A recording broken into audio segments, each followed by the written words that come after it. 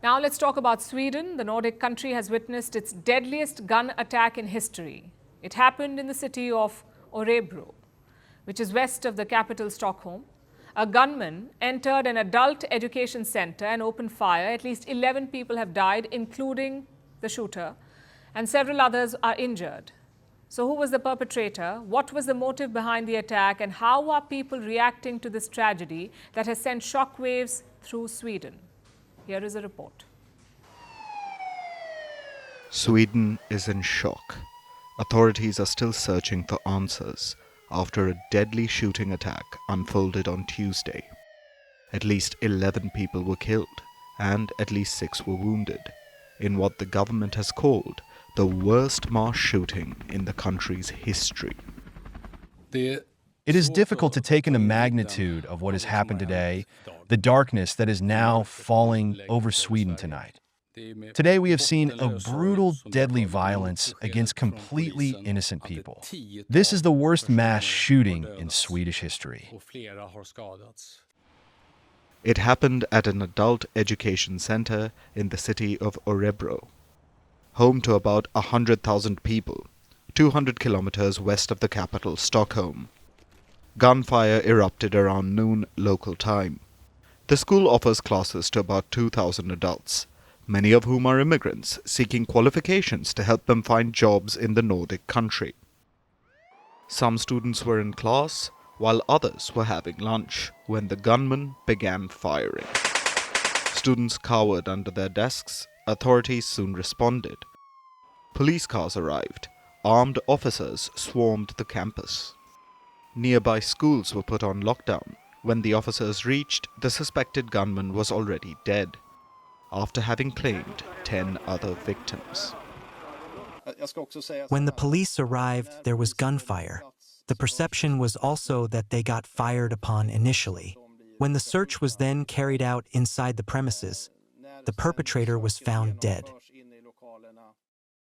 The police are still in the process of identifying the victims, and they have opened an investigation. They are looking into murder, arson, and an aggravated weapons offense, but they claim this was a one-man operation. So who was the perpetrator? The details are not clear yet. But according to reports, it was a 35-year-old unemployed recluse. The police say there were no prior warning signs. The perpetrator was not previously known to the police. And there is strong evidence that the gunman shot himself. Though it's not clear what the suspect's exact motives were behind the attack. Swedish media reports are rife with rumors about ideological motives to attack a school educating immigrants, but the police have dismissed such talk. Another bit that is important and that everyone can take responsibility for is to only spread confirmed information. Rumors and speculation are something that only creates more anxiety in an already anxious time. It's an anxious time for Sweden indeed. The country has high living standards. It was long known for low crime rates, but now it has one of the highest per capita rates of gun violence in the European Union.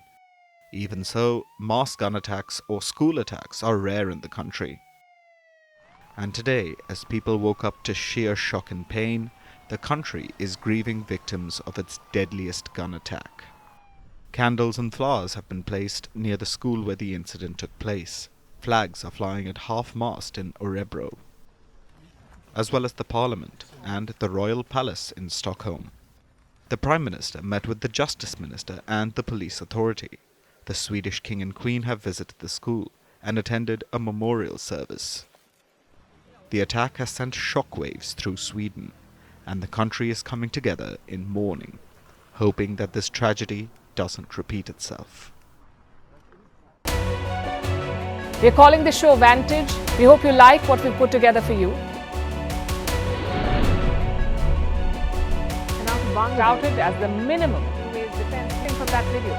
India's neighbors were the first to send the special edition of Vantage live from the White House throughout the biggest Hindu mandir in. We're on our way to Tel Aviv. Measure, but it's also the perfect way to drive I don't think that Prime Minister of Bhutan, Sherin Tagwe. Welcome to 60% of the world's office. Prime Minister Modi did the iron. We were actually How are you doing? How do you like? It's been 1 year since that meeting. Iron bars separate you from the outside. Out the vote efforts. Trump had, it says, and at $4.3 trillion. 4.3 300 billion by 2030. That's what we need to tackle climate change.